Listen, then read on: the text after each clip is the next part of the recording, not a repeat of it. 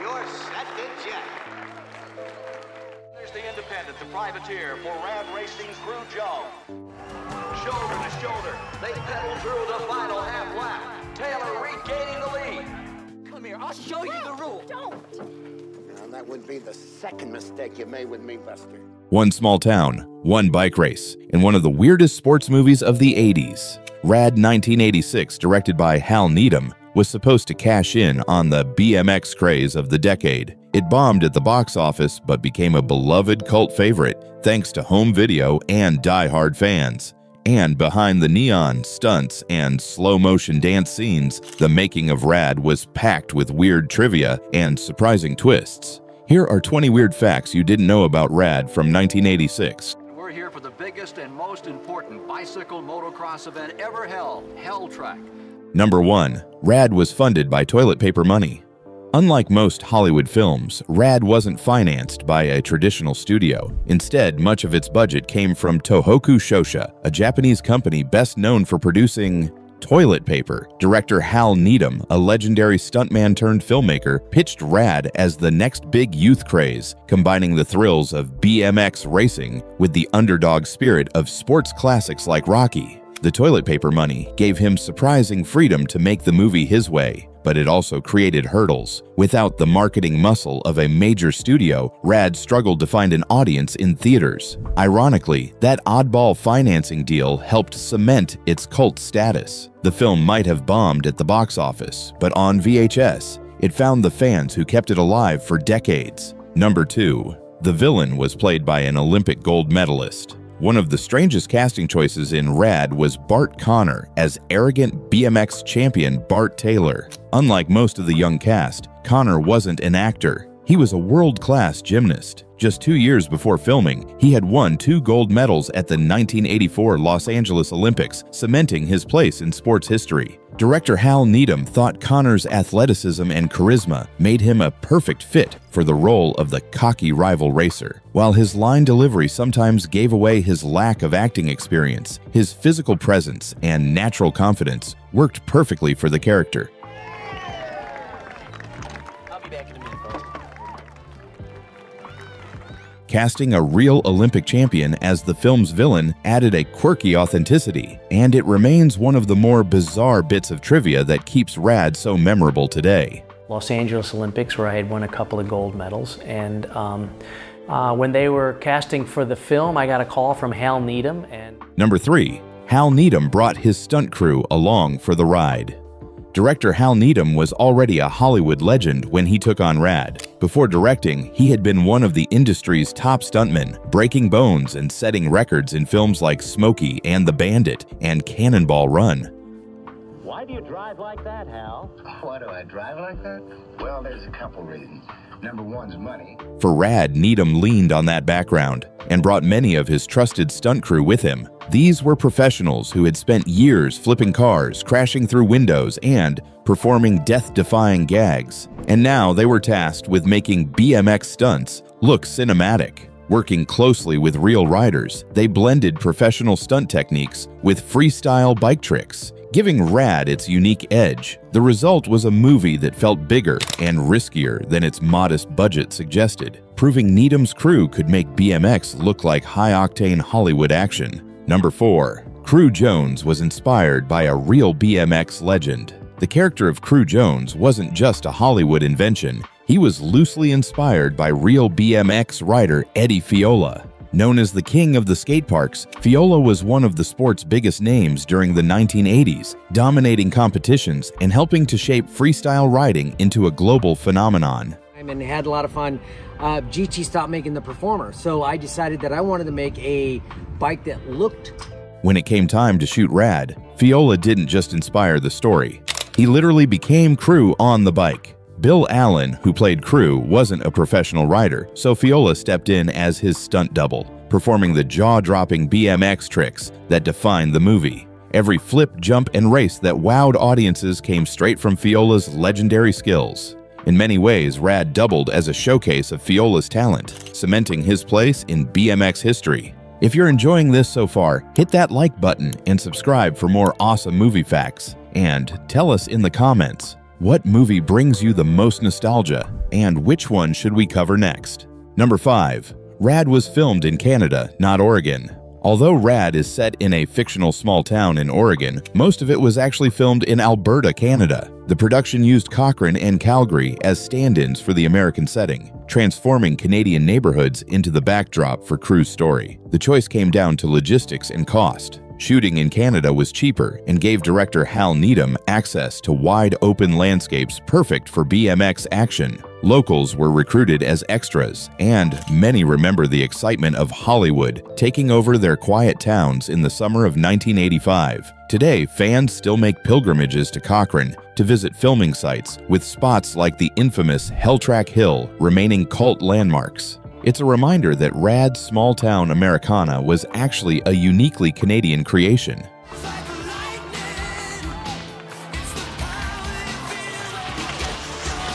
Number 6. Rad became a cult hit on VHS. While Rad flopped in theaters, earning less than $2 million, its real legacy began on home video. VHS rentals turned the film into a word-of-mouth sensation, especially among kids who were obsessed with BMX but too young to have seen it on the big screen. Throughout the late 80s and early 90s, Rad became a staple of video stores, played endlessly at sleepovers and birthday parties. Fans wore out their tapes, and bootleg copies kept circulating long after it went out of print. For years, it never had a proper DVD release, adding to its underground mystique. Finally, in 2020, the film was given a 4K restoration and official Blu-ray release, allowing a new generation to experience the neon-drenched, pedal-powered insanity that made it a cult classic. Little thief, hold it.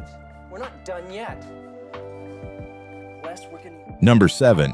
Helltrack's ramp was originally even taller. The infamous Helltrack finale is the centerpiece of Rad, but what audiences saw was actually toned down. The original design for the ramp was much taller and far more dangerous. When stunt riders tested it, they quickly realized the height made it nearly impossible to land safely. Director Hal Needham, himself a former stuntman, knew the risk wasn't worth it and ordered the ramp scaled down. Even with modifications, it was still terrifying, with pros wiping out during rehearsals. The ramp became a symbol of the film, towering over the course and striking fear into Crew and the other racers. While it looked like pure fantasy on screen, the danger behind the scenes was very real, and the toned-down version was still a serious challenge. Barely making it. And Mike Miranda is out. Number 8. More than 25 BMX pros appeared in the film. Rad didn't just hire a few stunt doubles. It recruited some of the world's top BMX riders to bring authenticity to its racing scenes. More than 25 professional BMX stars of the era took part, either as stunt riders or background racers. Names like Eddie Fiola, Martin Aparijo, and Jose Yanez helped give the movie credibility, pulling off tricks and stunts that regular actors could never manage. For BMX fans, spotting their heroes on screen was part of the fun, making the movie feel like a showcase for the sport's best talent. This lineup of real riders helped elevate Rad from cheesy sports flick to an essential time capsule of 1980s BMX culture. It wasn't just Hollywood magic, it was the real pros showing off their skills. Number 9. A future mayor appeared as an extra. Filming in Cochrane, Alberta gave Rad a small-town authenticity, but it also produced one of its quirkiest trivia bits. The local mayor-to-be shows up in the movie. Ivan Brooker, who later served as mayor of Cochrane, was just another local recruited as an extra during production. Like many townspeople, he jumped at the chance to be part of a Hollywood movie shooting in his backyard. Brooker appears briefly in the background, blending in with the cheering crowds that line the races. At the time, no one could have guessed one of those extras would later run the town. It's a fun footnote that makes Rad's legacy even stranger. The cult BMX classic didn't just immortalize pro riders, it also captured a future Canadian mayor on film. This guy's a star. I know star. What is a star? Oh, come on, not that old modesty. Number 10. The movie was almost called Balls Out. Before the film became known as Rad, it nearly had a very different and far stranger title. Early in development, the working title was Balls Out, meant to reflect the wild, fearless energy of BMX stunts. While the name captured the over-the-top spirit of the movie, it didn't exactly scream family-friendly sports drama. Distributors worried it would be too risque for marketing, especially since the film was aimed at kids and teens. Eventually, the safer, snappier title Rad was chosen instead, tapping into the slang of the 80s while still promising action and attitude. Looking back, Rad feels iconic, but imagining posters and VHS covers that read "Balls Out" shows just how close the movie came to having a very different legacy. Number 11. Bill Allen rode bikes through the hotel. During filming in Calgary, the cast and BMX riders weren't just wild on set. They brought the chaos back to their hotel. Bill Allen, who played Crew Jones, often rode his BMX straight through the hallways, treating the hotel like his personal practice track. Other riders joined in, and soon it turned into a nightly tradition of stunts and shenanigans. The crew recalled water balloon fights from the balconies, impromptu races down the corridors, and more than a few complaints from staff who struggled to contain the mayhem. For Allen and the pros, it was all part of the fun. The line between movie and reality blurred, and their off-screen antics captured the same reckless energy that made Rad so unforgettable on screen. Crew Jones riding as if possessed. He's moving in a fifth. Number 12. A helicopter was used to dry Helltrack. The big finale of Rad takes place on the massive Helltrack course, but filming it wasn't easy. During production in Cochrane, Alberta, heavy rain turned the track into a muddy swamp, threatening to delay the already tight schedule. Director Hal Needham wasn't about to let bad weather derail his movie, so he came up with an unusual solution: helicopters. He had choppers fly low over the course, using the force of their spinning blades to dry the mud and harden the dirt. By the next day, the track was ready for racing again, and the crew could continue shooting. It was an expensive but effective fix, and one of the most unconventional examples of movie problem solving in 80s cinema. Number 13. Bill Allen got the role. Thanks to Hill Street Blues. Bill Allen wasn't a household name before Rad, but a small TV role ended up landing him the part of Crew Jones. Hi, I'm Crew Jones. Just the person I've been looking for. Come on in. Director Hal Needham happened to see Allen in an episode of Hill Street Blues and was struck by his look and natural charm. Even though Allen wasn't a professional BMX rider, Needham believed he could capture the underdog spirit of Crew, especially with stunt doubles handling the trickier bike work. Allen auditioned, and his combination of earnestness and boy-next-door appeal won him the role. For Allen, it was a life-changing break that defined his career. Thanks to one lucky TV appearance, he became the face of one of the most enduring cult sports films of the 1980s.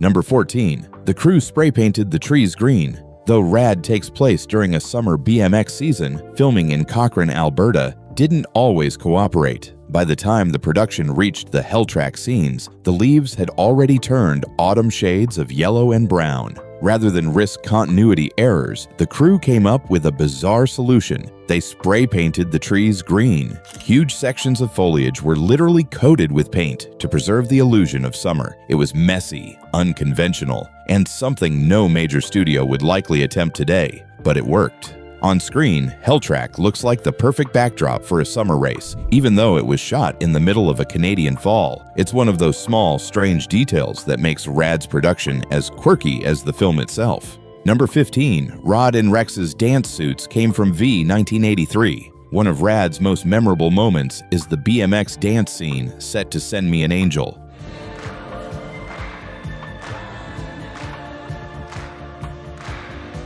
Where Crew and Christian show off moves that blur the line between stunt riding and slow-motion romance. But sharp-eyed viewers might notice something unusual about the flashy dance suits worn by rivals Rod and Rex. They weren't made for Rad at all. They were borrowed from the wardrobe of the sci-fi TV series V, 1983. The shiny, futuristic costumes added an over-the-top flair to the sequence, making the brothers look more like alien villains than small-town riders. The choice was pure 80s excess, giving the dance scene an even stranger vibe. It's one of those odd production shortcuts that helped Rad stand out as a cult classic. Would you like to be my friend? Number 16. No rider could conquer Helltrack in one go. Helltrack looks like the ultimate BMX challenge on screen, but in reality, it was so intense that not a single stunt rider could complete a full lap in one take. The course was simply too big and too dangerous to ride straight through. To make it work for the camera, director Hal Needham broke the race into sections. Each part was filmed 5 separate times before moving on to the next stretch, giving editors enough angles to piece together the action. In total, it took nearly 2 weeks of shooting just to capture the final Helltrack sequence. The riders may not have finished the track in real life, but Movie Magic stitched their runs together into one of the most legendary BMX races ever filmed. Different styles and skills of BMX racers and freestylers. It's never been done before, you know. Number 17. Bill Allen wrote a book called My Rad Career. For Bill Allen, starring as Crew Jones in Rad became the defining role of his career. Decades later, he embraced that legacy by writing a memoir titled My Rad Career. The book dives into his experiences making the film, from landing the part after Hill Street Blues to working with pro BMX riders who doubled his stunts. Allen also reflects on the movie's strange journey, from box office flop to VHS cult favorite that fans still celebrate. Part autobiography, part behind-the-scenes look, the book has become a must-read for die-hard Rad fans who want the inside story of how a low-budget BMX movie became an enduring pop culture phenomenon. For Allen, it was proof that being rad can truly last a lifetime. Christian, there's been something that's bugging me. I need to talk to you about it.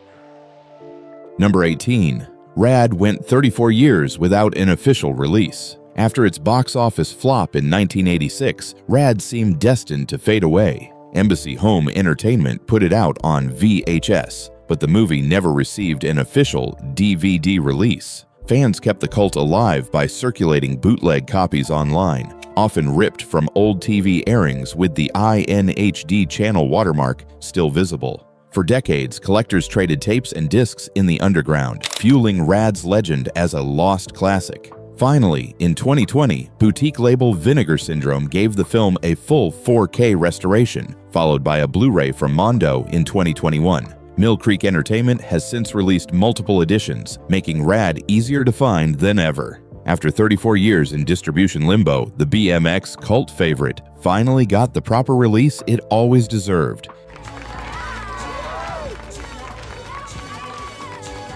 Number 19. Rad Day became a national celebration. When Rad first hit theaters in March 1986, no one imagined its release date would one day become a holiday for fans. Over the years, March 21st has been dubbed Rad Day, an annual celebration of the film's cult legacy. On Rad Day, theaters across the US and Canada host special screenings, often pairing the movie with documentaries or Q&A sessions featuring cast and crew. BMX riders, nostalgic fans, and newcomers come together to relive the neon-drenched underdog story that defined a generation of bike kids. Social media also lights up with fans sharing artwork, BMX tricks, and memories tied to the movie. What started as a forgotten flop has transformed into a pop culture phenomenon that gets honored every single year. Rad Day proves that some films don't just survive, they thrive decades later through the passion of the fans who refuse to let them die. All you had to do was qualify. Gosh, you kids are gonna have to forgive us for this one. Number 20. The cast reunited for the 25th anniversary. Though Rad bombed in 1986, its cult following grew so strong that by the time of its 25th anniversary in 2011, the film was ready for a full celebration. That year, a special screening was held where the cast reunited to honor the movie's unlikely legacy. Bill Allen, Lori Loughlin, Bart Connor, and BMX legend Eddie Fiola all appeared, sharing stories from the chaotic shoot and the lasting bond the movie created. Fans packed the event, many of them lifelong riders who credited Rad with sparking their love for BMX. For the cast, it was a surreal reminder that a project dismissed in its day had become a cultural touchstone. The reunion proved that Rad wasn't just a movie, it was a shared experience that connected generations through bikes, stunts, and underdog spirit. God, what I wouldn't give to go out sliding with you right now. Why? I believe in you. And that's 20 weird facts about Rad from 1986. From Hell Track Chaos to BMX Legends and even Rad Day, this cult classic has a legacy as wild as the tricks on screen. If you enjoyed this video, hit like, subscribe, and let us know in the comments which movie we should cover next.